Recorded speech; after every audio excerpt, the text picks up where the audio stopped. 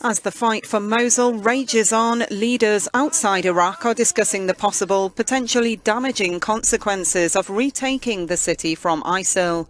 Foreign ministers from a number of Western and Middle Eastern countries will meet for talks in Paris on Thursday. Syria has already accused the US-led coalition of plotting to allow militants to cross into the country from Iraq. Russia, too, has highlighted the possibility of an influx in entry numbers. The Red Cross says the operation in Mosul will create up to 1 million more displaced civilians. The military advance began on Monday and has already led to some heavy clashes. But the threat to the civilian population of Mosul is not the only concern. The EU's Security Commissioner is worried that retaking Mosul may also cause many of its fighters to flee back to Europe. A top EU official has urged European countries to prepare for returning jihadists if the so-called Islamic State is driven out of Mosul, its stronghold in Iraq. Speaking to a German newspaper on Tuesday, Julian King, the EU Commissioner for the Security Union, said Europe must boost its border defense and increase its resilience to terrorism. He stressed the threat posed by even a small number of ISIS members returning to Europe would be very serious.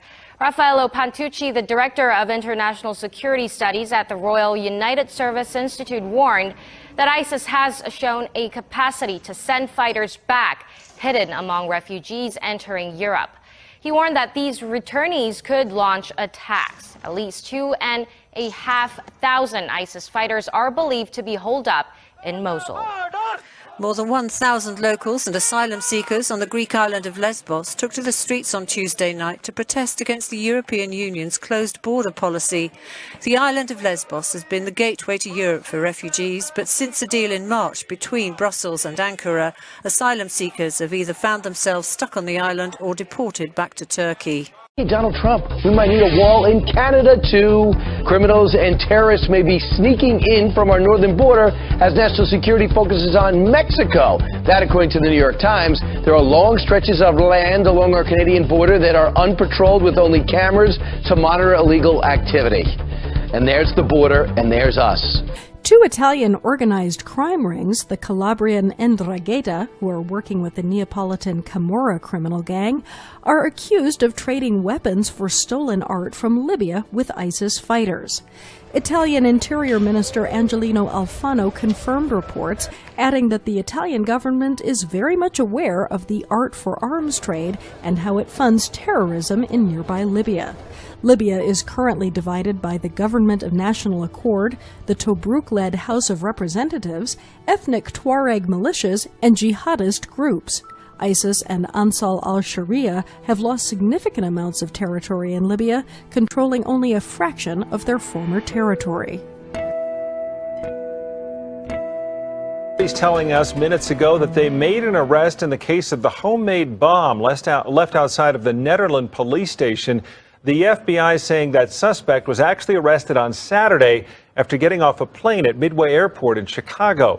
The explosive device, the one found last Tuesday when a detective discovered it in a backpack and then brought it into the police station. Later, the bomb squad detonated it in the parking lot. Thursday, they searched an SUV of someone who they said had information in the case. But again, an arrest made Saturday. Word just coming of that out from the FBI, that arrest made at Midway in Chicago. Now to Democracy 2016 in a case of vandalism in Muncie, which the Delaware County GOP chair tonight claims was politically motivated. Someone broke a window at the Republican Party headquarters there on Main Street. Police say the vandals threw at least 2 landscaping blocks to that building 9 days ago. The Delaware County GOP chair says this was hardly a random act of violence. We've been vandalized. Every presidential year we get vandalized by people that don't like our party. Muncie police are continuing to investigate. There no word tonight on any suspects. Is it voter fraud or just a coincidence? Indiana's Secretary of State says she cannot explain inconsistencies involving thousands of Indiana voters. So now she's asked state police to investigate. State police were called in last night after the Secretary of State's office here behind me got a bunch of phone calls from confused voters. They said that they had tried to verify their voter registration information online, only to find out their name or date of birth had unexpectedly changed.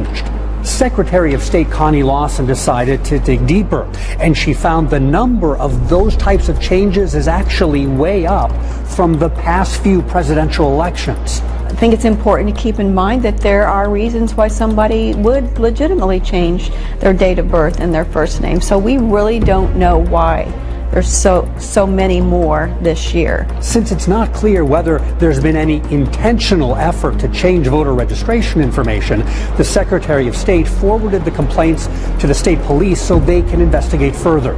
In the meantime, here's what you can do. Go online to indianavoters.com.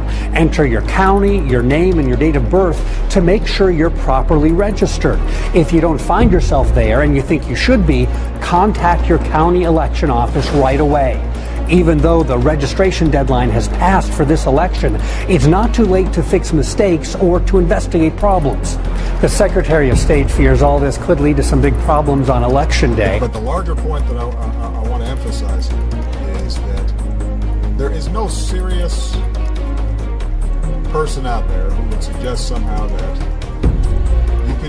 you could even rig America's elections. In part because they're so decentralized and the numbers of votes involved. There's no evidence that that has happened in the past or that there are instances in which that will happen this time. And so I'd advise Mr. Trump to stop whining and go try to make his case to get votes. If whenever things are going badly for you and you lose, you start blaming somebody else. Canadians are reaching out to Americans on social media in order to cheer them up. A Toronto ad agency started the hashtag Tell America It's Great to make the country feel better during what's been an often contentious year. Among the things Canadians say they like about America are jazz music, federal parks, and literature. Even Tupac Shakur got a mention. The gesture has sparked a response hashtag Tell Canada Thank You. We were surprised to learn that nearly half of American adults are in facial recognition databases. What is law enforcement doing with your mug? Jeff Pegues takes a look. The facial recognition technology locks on once you're in range. It's putting the green box around us and then displaying our names. Benji Hutchinson works for NEC, a company that sells the software. So there are cameras like this on the streets. There are. Cameras equipped with the software can match a person's face to others in a database. It could have helped after the Boston Marathon bombing. Investigators there had to sift through 120,000 photos and nearly 13,000 videos before identifying Dzhokhar Tsarnaev. It would have led to the suspect sooner? Absolutely. It would have dramatically decreased the lead time. We could have gotten the match in seconds. In Baltimore, the police department used facial recognition during the 2015 riots to identify looting suspects, but it has raised privacy concerns. Alvaro Bedoya is an author of a Georgetown Law School study on facial recognition. It found 26 police departments use the technology, and 16 states allow the FBI to tap into their systems. Photos are culled from social media images, driver's licenses, and government IDs. The report argues the biometric network primarily includes law-abiding Americans. Maryland enrolled 4 million drivers in its system. And ask a Marylander, do they know they're in a lineup that's scanned thousands of times a year without warrants? And I'm pretty sure they'll be surprised about that. We begin in Iran this hour. Phase 2 of major exercises by the Iranian Army's Air Force units have been conducted successfully. The maneuvers featured nighttime operations, including surprise attacks on the positions of the mock enemy. The strikes were carried out based on information obtained during aerial reconnaissance operations. The 3-day military drills, which kicked off in the central province of Isfahan on Monday, aim to showcase the capabilities of the Iranian Air Force and increase the military's preparedness to counter any potential violation of the country's airspace by the enemy. A meeting of the so-called Normandy Group, the leaders of France, Germany, Russia and Ukraine, is to go ahead in Berlin on Wednesday at the invitation of the German Chancellor Angela Merkel. The group is attempting to revive the Minsk II agreement of February 2015 that should have led to a ceasefire in eastern Ukraine and laid the path towards a political settlement ending the near 3-year war. Total deaths in the conflict near the 10,000 mark. The office of Ukrainian President Petro Poroshenko said the meeting was in order to put pressure on Russia to fulfill the security package of Minsk agreements. Since Minsk II, there have been daily casualties on both sides of the front line, violations of rules banning close deployment of heavy weapons, and obstructions of international ceasefire monitors.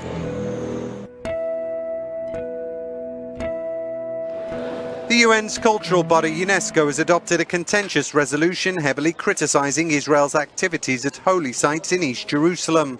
The motion refers to the area known to Jews as Temple Mount and to Muslims as Haram al-Sharif. Israel reacted with fury, claiming it denies the Jewish religion's deep historical connections to the site. We will not negotiate and we won't take a part in this ugly game. This game, there is no place for those games here in UNESCO. This noble organization was established to preserve the history, not to rewrite it. The Arab-backed resolution condemned Israel for restricting Muslims' access to the complex in East Jerusalem and for aggression by Israeli police and soldiers. This resolution just reminds Israel that they are the occupying power in East Jerusalem, and it asks them to stop all their violations, especially in the fields of competence of UNESCO. The holy site has been a flashpoint of Israeli-Palestinian violence in recent years. Israel froze ties with UNESCO last week when the resolution, which was entitled Occupied Palestine, passed at the draft stage. On Tuesday, the Obama administration won a round in the legal battle over having schools to allow transgender students to use bathrooms and locker rooms that correspond to the student's gender identity and not birth gender. Magistrate Judge Jeffrey Gilbert wrote in an 82-page report, sharing a restroom or locker room with a transgender student does not create a severe, pervasive, or objectively offensive hostile environment. The Obama administration's interpretation of existing civil rights laws to provide protections for transgender students has had a lot of mixed reception from civilians. In August, a federal district court judge in Texas issued a nationwide injunction against the administration for blocking laws passed that would not allow them to protect transgender students. UNICEF warns 75,000 kids in Nigeria could die from hunger if they don't get proper aid within a year. And it's because of the terrorist group Boko Haram's attacks that are cutting off aid. All over Nigeria, people are starving. In northern Nigeria, there are 7 times as many people cut off from aid as in Aleppo. My wife died. We just lost a baby 3 days ago that my brother's wife gave birth to. My brother is dead. My father died not too long ago. Aid groups are trying to offer food, but there's not enough to go around. One of the biggest issues, a lot of people outside of the country have simply stopped paying attention. These farmers made their living from cash crops and livestock. Then Hurricane Matthew struck. We lost cows in all of our crops. Nothing is left, and our homes are destroyed.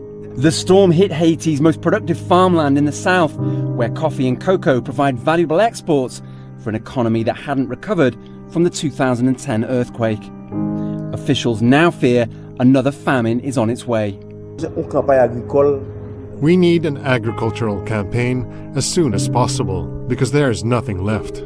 By now, you know a lot about the death and destruction associated with Hurricane Matthew, and now there are new concerns for the state of North Carolina. Now, these concerns have to do with pig and chicken farms and the impact of floodwaters on animal waste. The waste from pigs is kept in lagoons outside of the hog pens. And now basically, with many parts of North Carolina still flooded, some of those lagoons have been overrun by floodwaters. That's carrying the waste down to the ocean and over land where wells have been dug. So there are concerns that drinking water could be contaminated and that when the waste reaches the lakes as well as the ocean, it'll cause elevated nitrogen and phosphorus levels, and that could lead to algae blooms as well as fish kills. Now, there's some dispute over exactly how many hog lagoons and chicken farms were affected. The farming industry representatives say it's not a serious problem, and while 11 hog lagoons were flooded, none were breached. But environmental groups are saying just the opposite, that the problem is quite serious and the industry is trying to downplay it. State officials plan to inspect all lagoons once the waters recede and roads become more passable. What's not in dispute, though, is that nearly 2 million chickens and 4,800 hogs died in the flooding. According to a new study, possibly rivers of lava may be oozing out of a volcano on the planet Venus. On Monday, at a meeting of the American Astronomical Society's Division for Planetary Sciences, planetary scientist Piero D'Ancecho reported that several lava flows appear to be currently active on a Venusian volcano known as Iden Mons.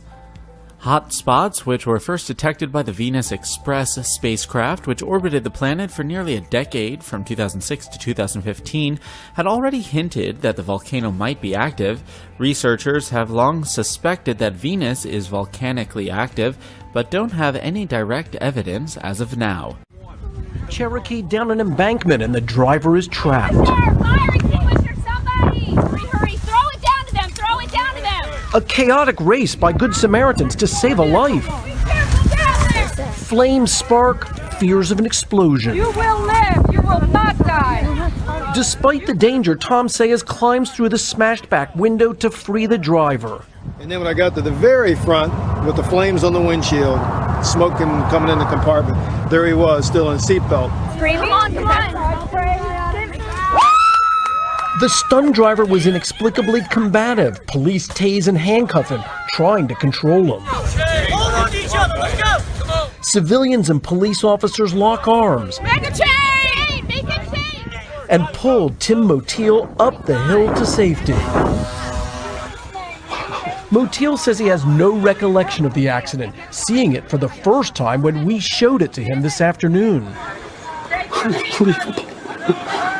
Police tonight investigating what happened. A driver alive thanks to a group of total strangers who just wanted to help. God bless you all very much. Thank you.